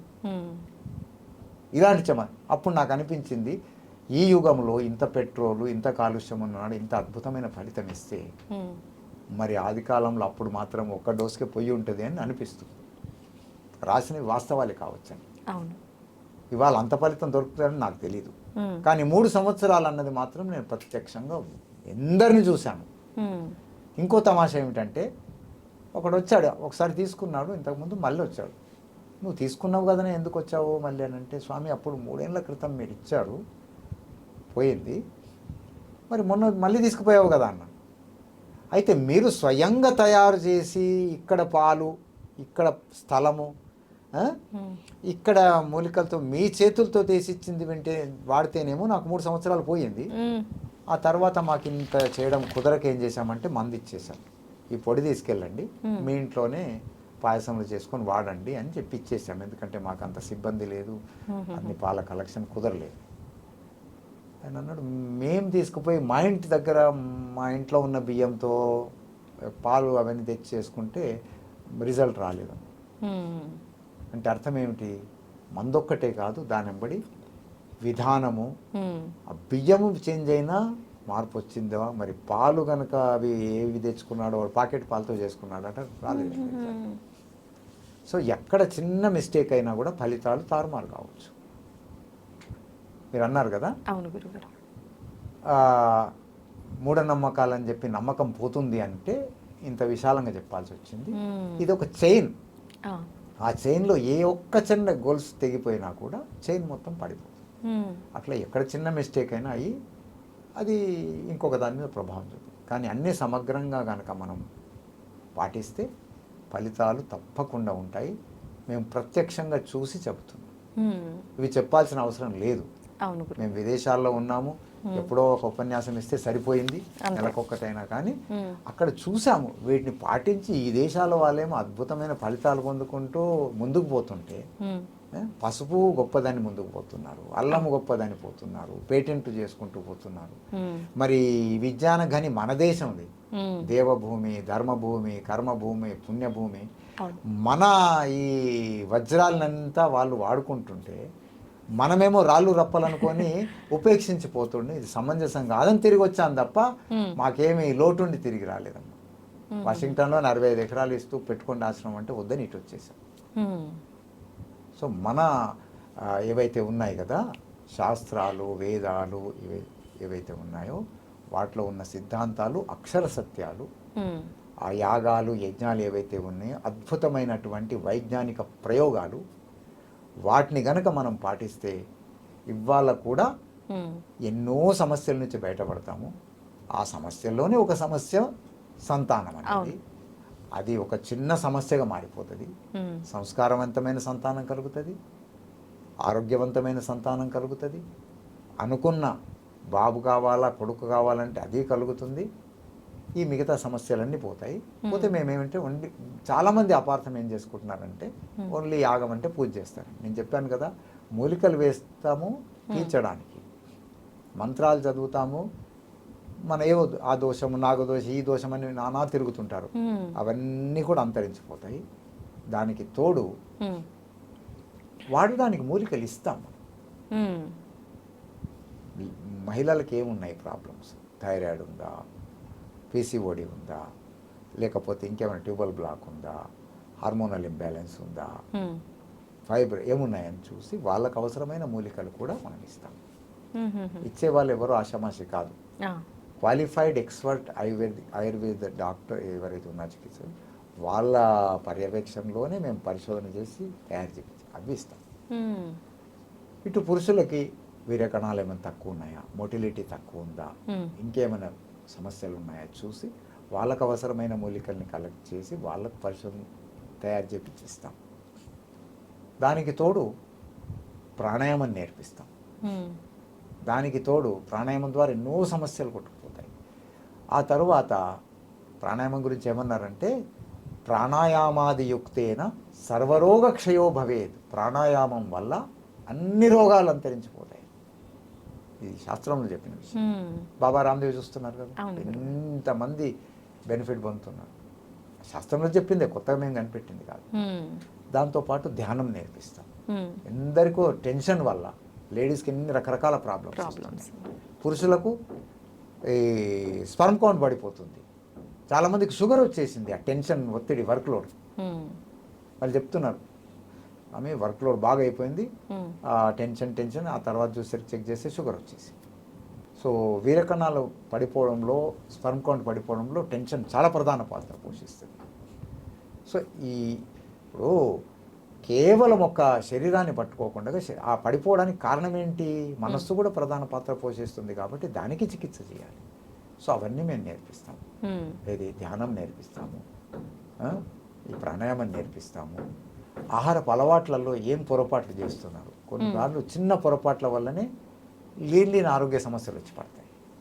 సో అవి కూడా మనం అక్కడ చూపిస్తాం. ఆరోగ్యం ఈ ఆహార అలవాట్లలో ఈ జాగ్రత్తలు పడండి, ఇవి తినాలి, ఇవి తినకూడదు, అవన్నీ. సో ఇవన్నీ చెప్పడం వల్ల ఏమైపోతుందంటే వాళ్ళకు కేవలం సంతానం ఒకటే కాదు, మిగతా అనేక ఆరోగ్య సమస్యలు కూడా దూరం అయిపోతాయి. ఓకే, ఇబ్బందులు ఆ ఇంకా. రకంగా ఏమైపోతుందంటే వెలిసి ఇప్పటి వరకు అద్భుతమైన ఫలితాలు ఉన్నాయి. అంటే కొన్నిసార్లు మేమే నమ్మలేకపోతున్నాం. సూర్యాపేట నుంచి ఒక అతను పరశురామ్ అని వచ్చాడు, ఆటో నడుపుకుంటాడు. ఓకే, ఒక ట్యూబ్ కట్ అయిపోయిందట, ఇంకో ట్యూబు అంతంత మట్టికి సగం పని చేస్తుంది, సంతానం అవ్వడం కష్టం అని చెప్పారట. వచ్చారు, పాల్గొన్నాడు, వెళ్ళి తర్వాత కొడుకు పుట్టాడు పరశురామ్. స్వామి అందరు అంటున్నారు ఎట్లయిందయ్యా నీకు అర్థం కాదు, అసలు మా దృష్టిలో ఇక నీకు కాదని చెప్పే మేము అనుకున్నాము, అసలు పాసిబులే లేకుండే, ఎట్లా అయిపోయింది నీకు. ఇది మన గొప్పతనం, నా గొప్పతనం కాదు, ఎవరి గొప్పతనం కాదు, మన ఋషుల గొప్పతనం ఇది, మన సంస్కృతి గొప్పతనం ఇది. కాబట్టి నేనేం చెప్తున్నానంటే సందర్భం శ్రీరామనవమిది, కానీ మనం వెనక్కి తిరిగి చూడాల్సింది ఏంటంటే శ్రీరామనవమితో పాటు యావత్ చరిత్రలో కూడా మనం తొంగి చూడాలి. మనకి ఏమేం చెప్పాయి అవన్నీ గొప్పవి, కానీ ఇప్పుడు 17 నాడు శ్రీరామనవమి వస్తుంది. అవును గురుగారు. అయితే పుష్యమితో పాటు ఏమైపోయిందంటే శ్రీరామనవమి కూడా కలిసి వచ్చింది. అందువల్ల ఏం చేసామంటే మేము ఇప్పుడు నెల నెల చేయడం కుదరట్లేదు, చేసేవాళ్ళము ఒకప్పుడు. లేబర్ లేదు, ఇవన్నీ ప్రాబ్లమ్స్ వల్ల మూలికల కలెక్షన్ కష్టమవుతుందని తగ్గించుకున్నాం. నెల నెల పోయి ఇప్పుడు సంవత్సరానికి ఒకసారి. అయితే మొన్న జనవరిలో చేసేసాం, మళ్ళీ చూసేసరికి శ్రీరామనవమి పుష్యమి కలిసి వచ్చాయి. ఎప్పుడో 3-4 గంటలకు ఒకసారి ఇట్లా కలిసి వస్తుంది. ఓహో ఈ స్పెషల్ సందర్భం కదా మళ్ళీ పెడదామని చెప్పేసి ఏర్పాటు చేసుకున్నాం. శ్రీరామనవమి మనకు ఒక దాన్ని ఏమంటాం, ఒక ప్రత్యేకమైన సందర్భం. అవును గురుగారు. పుత్రకామేష్టి చేసుకోవడానికి పుష్యమి నక్షత్రం ఏదైతే కలిసి వచ్చిందో సందర్భము, ఆ సందర్భంలో చేసుకుంటూ ఏంటంటే మనం సరే మంచి సంతానాన్ని, సంస్కారవంతమైన సంతానాన్ని, ఇన్ఫర్టిలిటీని వీటిని దూరం చేసుకుంటాము. దాంతో పాటే సంస్కారవంతమైన సంతానానికి ఆదర్శం ఏమిటి అంటే రామాయణం, రాముడు వీళ్ళంతా. అవును గురు. అయితే దాంతో మనకు ఒక గుణపాఠం కూడా నేర్చుకోవాలి. ఏంటి గురుగారు? ఇది శ్రీరామనవమి వచ్చింది కాబట్టి 2 ముక్కలు చెప్పడం కూడా అది ఒక దాన్ని ఏమంటాము సందర్భోచితంగా ఉంటుంది. అవును గురుగారు. ఏమిటంటే చాలామంది ముందే రామాయణం ఏదో ఉండి అయిపోయింది కాదు, ఇవాళ కూడా ఎప్పటికి కూడా మన అన్ని సిద్ధాంతాలు శాశ్వతమైనవి, మన క్యారెక్టర్స్ కూడా శాశ్వతమైనవి, ఏది అప్పటి మట్టుకువి కావు. నారదుడు 3 లోకాలు తిరుగుతుంటాడు, విన్నాం కదా. అయితే 3 లోకాలు తిరుగుతూ ఉన్న నారదుడు ఏమైపోయిందంటే తిరుగుతూ తిరుగుతూ మహర్షి వాల్మీకి ఆశ్రమానికి వచ్చాడు. వచ్చినప్పుడు మాట్లాడుతూ ఉంటే ఇతను అడవిలో ఉండేవాడు కదా ఆశ్రమంలో, అడిగాడట, నువ్వు అన్నీ తిరుగుతూ ఉంటావు, కోన్వాస్మిన్ సాంప్రతంలోకే గుణవాన్ యచ్చవీర్యవాన్ సంకల్పేన చ కోయుక్త. అంటే ఇప్పుడు ప్రపంచం లోపల అందరికన్నా ఎక్కువ గుణవంతుడు ఎవరు, అందరికన్నా ఎక్కువ రూపవంతుడు అందమైన వారు ఎవరు, అందరికన్నా ఎక్కువ శక్తిమంతుడు ఎవరు, అందరికన్నా ఎక్కువ సంకల్పేన చ కోయుక్త, ఐరన్ డిటర్మినేషన్ అంటాం చూడండి, ఉక్కు సంకల్పం. ఆ ఐరన్ అంటే తన ఒక నిర్ణయం తీసుకున్నాడంటే ఆ డిటర్మినేషన్ కల వ్యక్తి ఎవరు అంటే ప్రతి గుణాల్లో సద్గుణాల లోపల టాప్ మోస్ట్ ఎవరు అని ఆ శ్లోకాలు ఉన్నాయి. అద్భుతంగా చెప్తూ పోతే అది అదే ఒక పెద్ద ఉపన్యాసం అయిపోతుంది. అవన్నీ చాలా అద్భుతమైన శ్లోకాలు ఉన్నాయి. ఎవరు అని అడుగుతాడు అన్ని లెక్క పెడుతూ. అప్పుడు నారదుడు చెప్తాడు, నువ్వు లెక్కబెట్టిన ఇవన్నీ సద్గుణాలు ఎవరు ఉన్నారో అది ఒకరున్నారు, శ్రీరాముడు. అయోధ్యకి వెళ్ళి చూస్తే శ్రీరాముడు అనేవాడు ఉన్నాడు, అయోధ్యను పరిపాలిస్తున్నాడు, అతని లోపల ఇవన్నీ సద్గుణాలు నీకు కనిపిస్తాయి ఒకే చోట అని. అయితే వాల్మీకి మహర్షి ఏంటంటే కవిత్వము, సహజ కవిత్వము అతనికి పుట్టుకతో వచ్చింది. ఆశుకవి అంటాం కదా, సహజ కవిత్వం. అయితే ఆయన సహజ కవి నాకు తెలిసేమంటాడంటే నీ కవిత్వము నీ కలం ఏదైతే ఉంది కదా ఎప్పుడు సద్వినియోగం అవుతుందంటే ఈ శ్రీరాముడి యొక్క చరిత్రను కనుక నువ్వు రాసావనుకో అప్పుడు నీ కవిత్వం సద్వినియోగం అవుతుంది, నీ వాక్కు నీ కలము సద్వినియోగం అవుతాయి అంటారు. అప్పుడు వాల్మీకి దాన్ని ఎంపిక చేసుకుని ఏం చేస్తాడంటే రామాయణం. అర్థమైంది కదా? అర్థమైంది గురువు. అయితే అక్కడ రామాయణం ద్వారా మనం నేర్చుకోవాల్సినవి చాలా ఉన్నాయి. కళ్యాణాలు అన్నీ చేస్తాం, అంతటా చూస్తాం. కానీ మనం నేర్చుకోవాల్సినవి ఏమున్నాయంటే ఇప్పటికి కూడా యావత్ ప్రపంచము లోపల ప్రతి వ్యక్తికి, ప్రతి సమాజానికి, ప్రతి దేశానికి, ప్రతి జాతికి ఆదర్శవంతమైన క్యారెక్టర్ రాముడు లాంటిది మీకు ఎక్కడ మర్యాద పురుషోత్తముడు అంటాం. ఏ కోణం నుంచి చూసినా కూడా పర్ఫెక్ట్ కనిపిస్తుంది. అది ఇంకొక మీకు క్యారెక్టర్ ఇక్కడ కనిపించదు.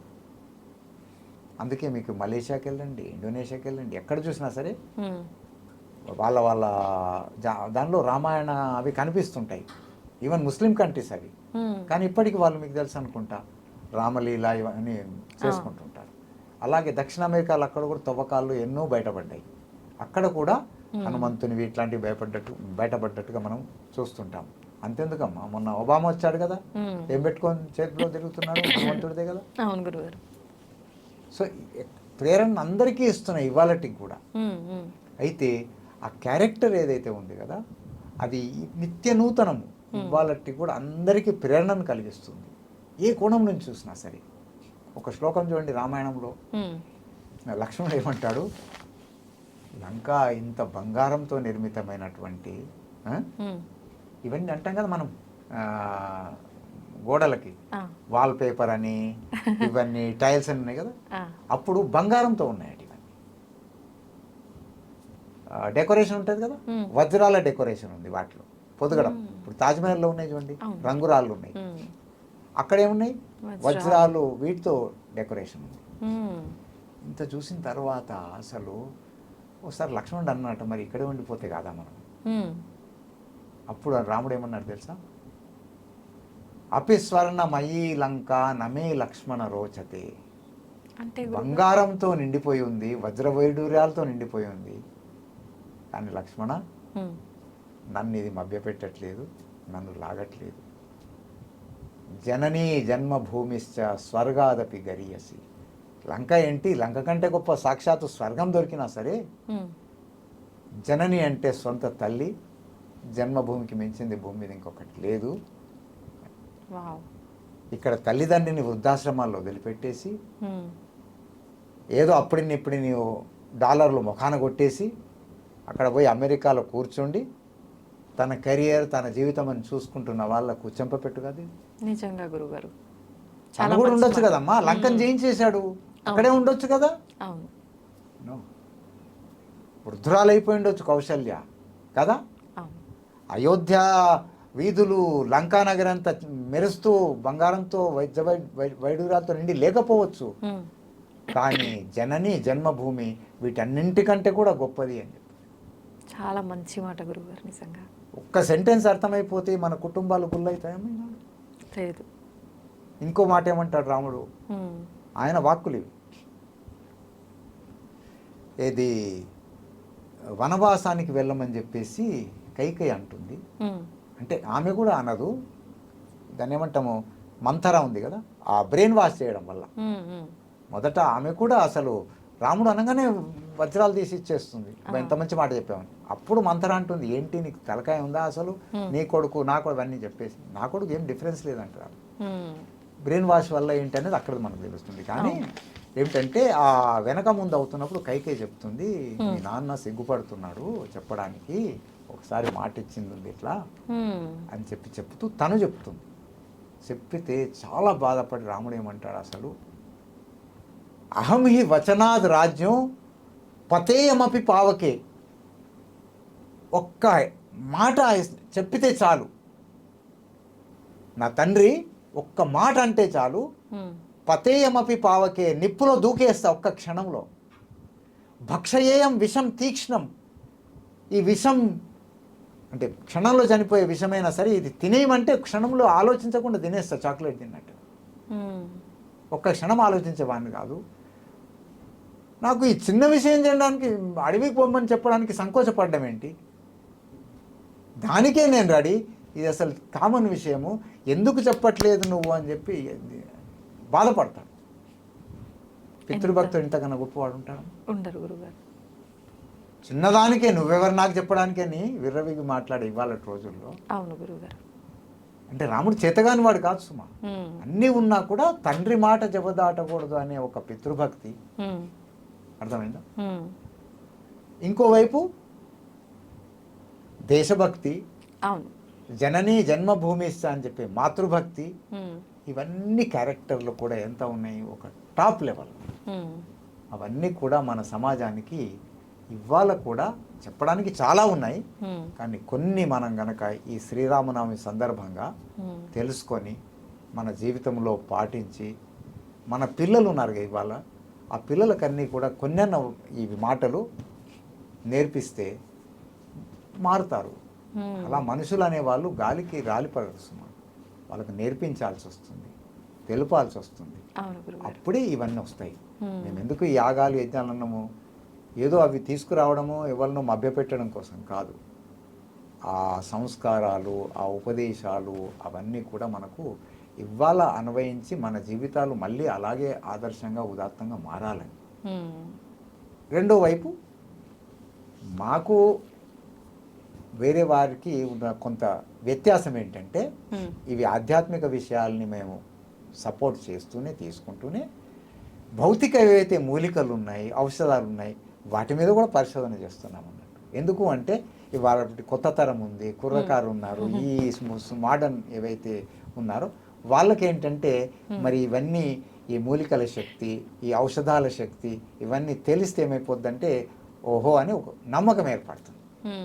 అవును గురుగారు. కేవలం లేకపోతే ఏవో చెప్పేస్తారా స్వాములు, ఏవో 4 శ్లోకాలు మంత్రాలు చెప్పేస్తారని ఇంట్రెస్ట్ క్రియేట్ కాదు.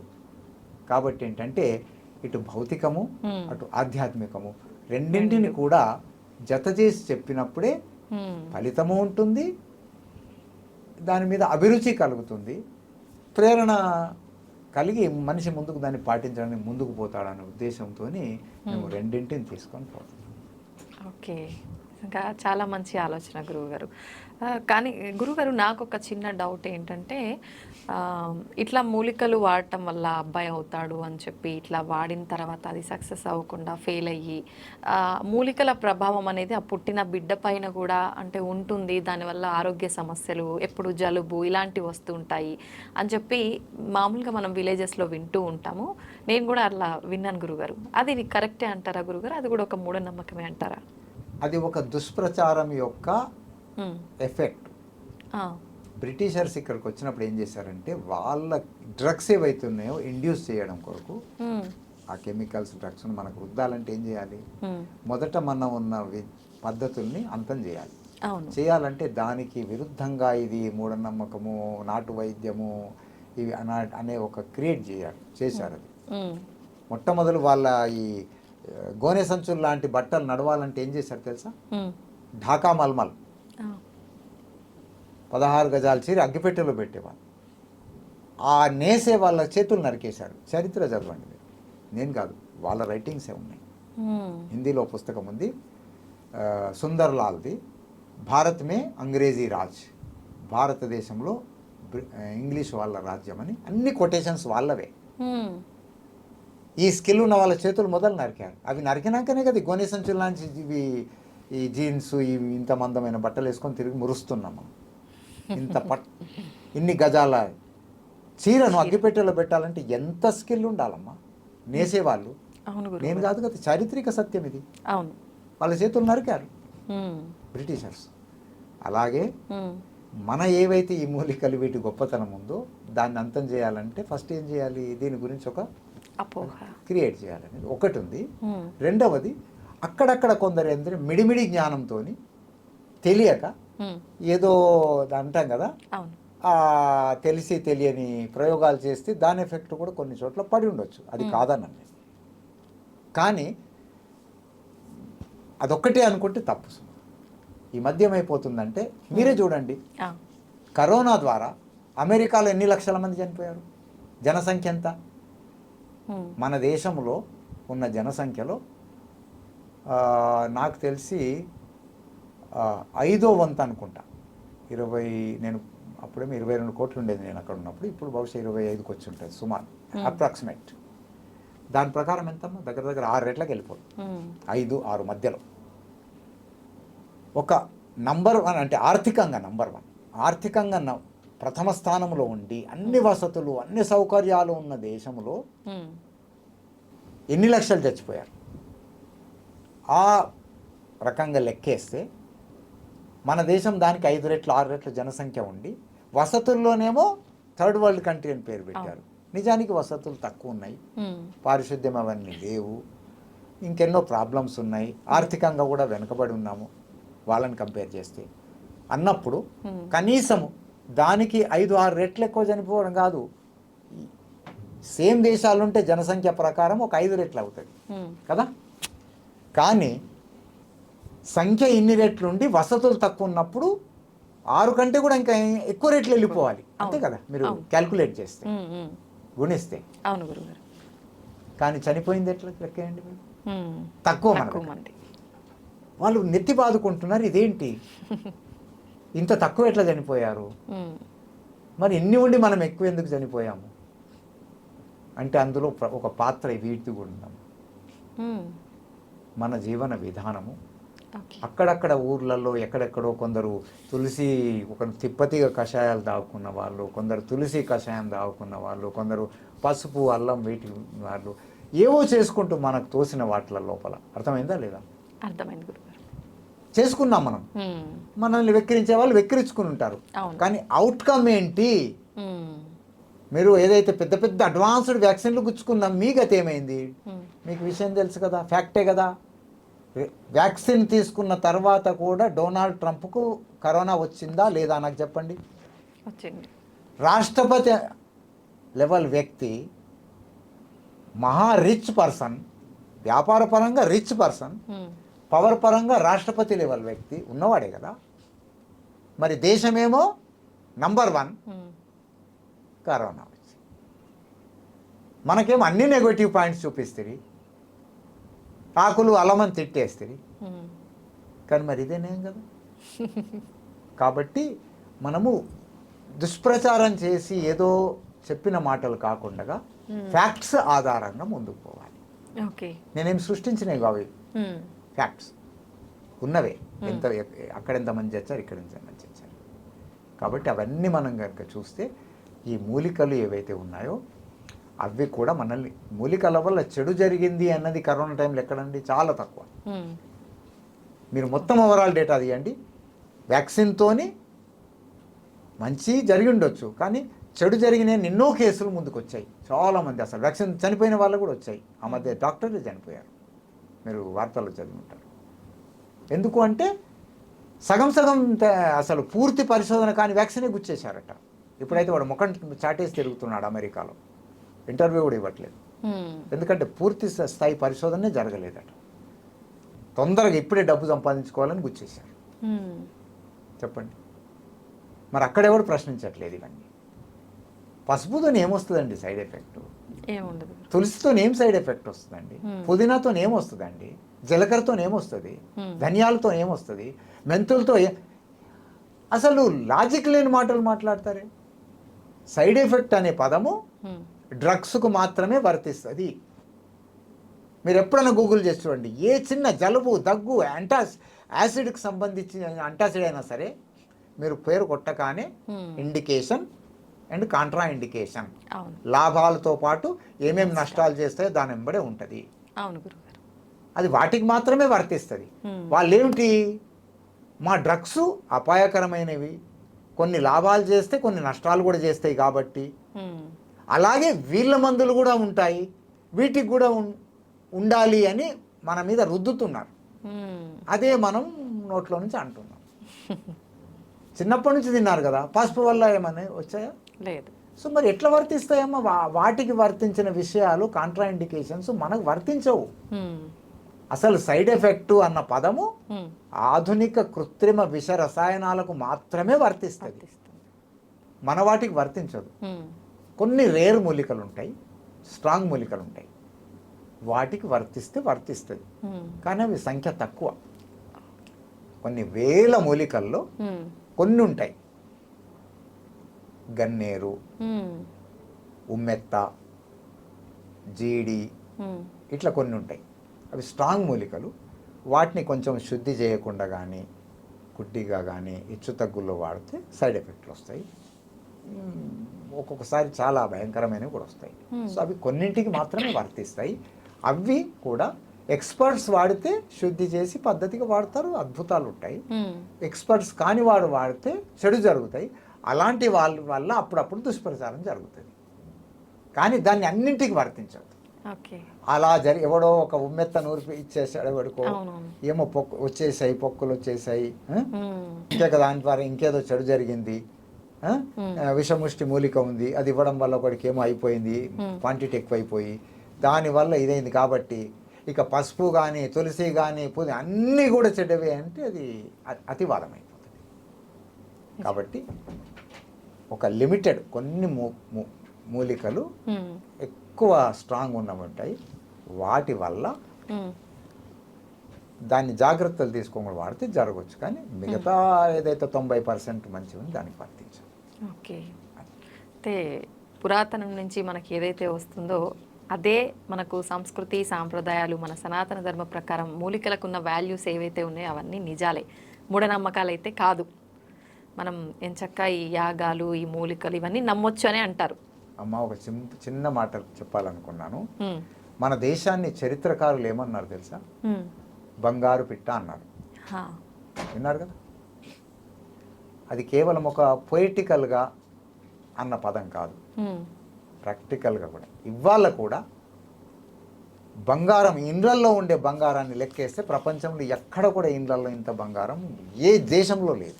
ఉమ్, అది ఫ్యాక్ట్. అర్థమైందా? అయితే ఈ ఇండ్లల్లో బంగారం ఉండడము, దేశాన్ని బంగారు పిట్ట అనడము ఉమ్, ఏదైతే అన్నారో అలంకారికంగా, అది ఉమ్, ఇంకో రకంగా ఆలోచిస్తే ప్రేరణాస్పదంగా కూడా వర్తిస్తుంది. ఉమ్, బంగారం ఉంది కదమ్మా, ఉమ్, బంగారాన్ని తీసుకెళ్ళి మీరు బురదలు పడేయండి, ఉమ్, దాన్ని ఏమైనా విలువ తగ్గుతుందా?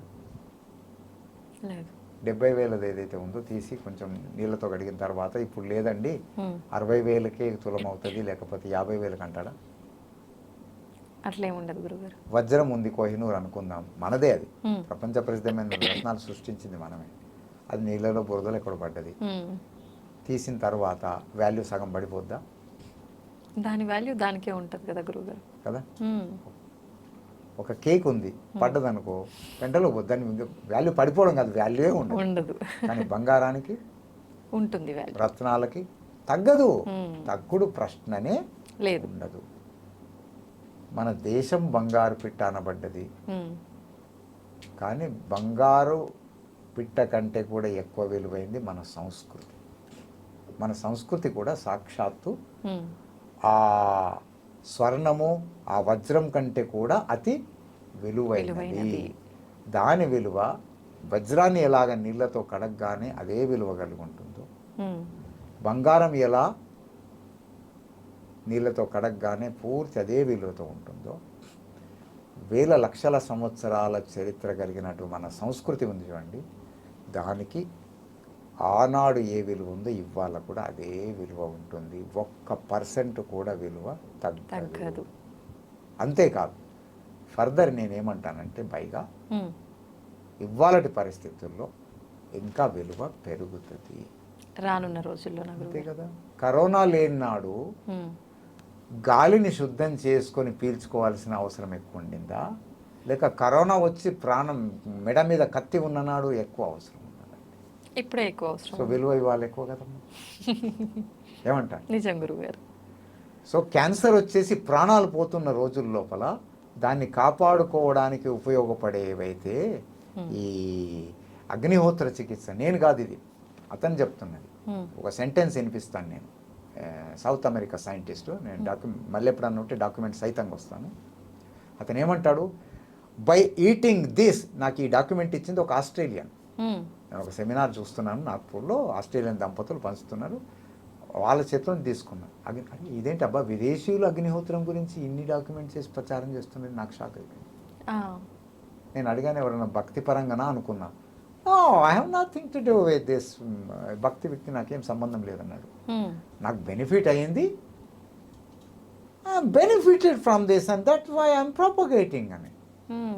నాకు బెనిఫిట్ అయింది, అందుకే నేను ప్రచారం చేస్తున్నాను. అర్థమైంది? సో ఆయన ఇచ్చిన డాక్యుమెంట్స్ చదివితే నేను షాక్ అయిపోయాను. By eating this agnihotra ash I can even eat a radioactive material that will damage my body a very little and for a short time. If I don't take this Agnihotra ash, then radioactive material will radiate all the time and will damage my body. ఇది అందులో sentence. Agnihotra భస్మాన్ని వాడడం వల్ల నాలో ఎంత immunity పెరుగుతుందంటే, అసలు radio active material తింటే కూడా నా మీద ఏం ప్రభావం చూపించదు అన్నాడు. నేను దాన్ని ఒప్పుకుంటున్నాను చెప్పట్లే, ఒప్పుకోనని చెప్పట్లే, ఆయన సెంటెన్స్ వినిపిస్తున్నాను. నేను ఏమో అన్నాను కదా, ఆయన కోట్ చేస్తున్నాను. నాకే ఆశ్చర్యంగా ఉంది, అబ్బా ఇంత ధైర్యంగా రాస్తాడు ఈ వెస్టర్న్ మనిషి అని. అంటే వాడికి అతనికి ఎంత లాభం జరిగితే ఇంత ధైర్యంగా అంటుంటాడు మాటలు. అవును, అవి నేను చెప్పచ్చు. ఇవాళ రోజుల్లో అప్పటికంటే కూడా ఎక్కువ అవసరమై ఉన్నాయి, అప్పటికంటే కూడా ఎక్కువ విలువైనవి. వేదం చెప్తుంది, లాస్ట్ ఒక మాట చెప్పదలుచుకున్నాను, పురాణం స్యాత్ పునర్నవ. పురాణం అంటే పాతది, పునర్నవ అంటే పాతదే మళ్ళీ కొత్తది అవుగాక అని దాని మీనింగు. ఓకే. అయితే ఇవాళ నేనేం చెప్తానంటే, పాతదే మళ్ళీ అవుగాక అని అక్కడ ఉంది, పాతవే మళ్ళీ కొత్తవై మన ముందుకు వస్తుంది. దాన్ని ఇంగ్లీష్లో ఎవర్ గ్రీన్ అంటాం, నిత్య నూతనం అంటే అంతే కదా. అవును గురుగారు. ఇవాళ వాళ్లకు అగ్నిహోత్ర అని తిరగాల్సి వస్తున్నదంటే, ఇవాళ పసుపు కోసము పేటెంట్ల కోసము పరిగెత్తుతున్నారంటే అవునా కదా. సో ఇవన్నీ మన సంస్కృతి సంప్రదాయాలు ఏవైతే ఉన్నాయో, ఆ వజ్రాలు ఏవైతే ఉన్నాయో, ఆ ముత్యాలు ఏవైతే ఉన్నాయో, ఆ బంగారం లాంటి ఏదైతే మనం బంగారు పిట్ట అన్నాం కదా, ఆ బంగారు పిట్ట అని ఒక పదంలో అన్నారు. కానీ మన సంస్కృతి, మన సంప్రదాయాలు, మన ఆలోచనలు, మన భావాలు అన్నీ బంగారం లాంటివి. వాటి విలువ ఎన్ని పరిశోధనలు జరిగినా, ఎంత అభివృద్ధి జరిగినా, ఎన్ని మనం సోకాళ్ళు చెప్పుకొని తిరిగినా తగ్గేది లేదు, లేనే లేదు. ఆనాడు బంగారం విలువ ఎక్కువ ఉండే, ఇవాళ దానికి ఏమీ అననే లేరు. మన సంస్కృతి కూడా సరిగ్గా బంగారము ఈ వజ్రాలకు ఏం తీసిపోదు, దానికంటే కూడా అనేక రెట్లు విలువైనది. కాబట్టి ఇవాళ కూడా మనం అలాగే గౌరవించాలి, అలాగే పాటించాలి, అలాగే మనము లబ్ధిని పొందాలి, అలాగే మనము సుఖంగా ప్రశాంతంగా 10 కాలాల పాటు జీవించాలి. ఒకవైపు శారీరకంగా ఆరోగ్యంగా ఆనందంగా, మరోవైపు మానసికంగా కూడా సంతోషంగా ఆహ్లాదంగా ఉండాలి అని మరి ఈ శ్రీరామనవమి సందర్భంగా ఆశిస్తూ నేను మరి మీ ఛానల్ వాళ్ళకి కూడా, శ్రోతలకి, దర్శకులకి అందరికి కూడా శుభాకాంక్షలు తెలియజేసుకుంటున్నాను.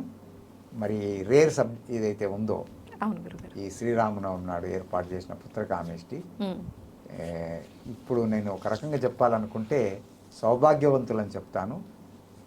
ఆ త్రేతాయుగం తర్వాత, మధ్యకాలంలో ఎప్పుడేం జరిగింది తెలియదు కానీ, విగత కొన్ని వందల సంవత్సరాల నుంచి అయితే ఈ యాగం ఎవరైనా చేస్తారు అని ఎక్కడ మీరు వినలేదు. ప్రజెంట్ కూడా ఎక్కడ లేదు. ఈ 15 ఏళ్ళ తర్వాత మాత్రం అక్కడక్కడ ఎవరో కొన్ని పూజలు చేసి పేరు పెట్టుకుంటున్నారట. ఇది మేము చేసేది విన్న తర్వాత ఓన్లీ పూజ, వాడికి తెలియదు. పూజనే పుత్రకామేష్టి పేరు పెట్టేస్తున్నారు, ఏవో మంత్రాలే చేసి పెట్టేస్తున్నారు. సో అట్లా జరుగుతుంది తప్ప ప్రాపర్గా ఆ విధానము, యాగము, మూలికలని ఎక్కడ జరగట్లేదు. కాబట్టి ఆ అవకాశాన్ని అందరూ సద్వినియోగం చేసుకోవాలని కోరుకుంటూ సరే. నిజంగా గురుగారు మీతో మాట్లాడిన తర్వాత చాలా చాలా సంతోషంగా అనిపించింది. ఎందుకు అంటే నిజంగా మన పురాతన కాలం నుంచి వచ్చే ఆచారాలు సాంప్రదాయాలు ఏవైతే ఉన్నాయో అవి కొంతవరకు కనుమరుగైపోయాయనే చెప్పాలి.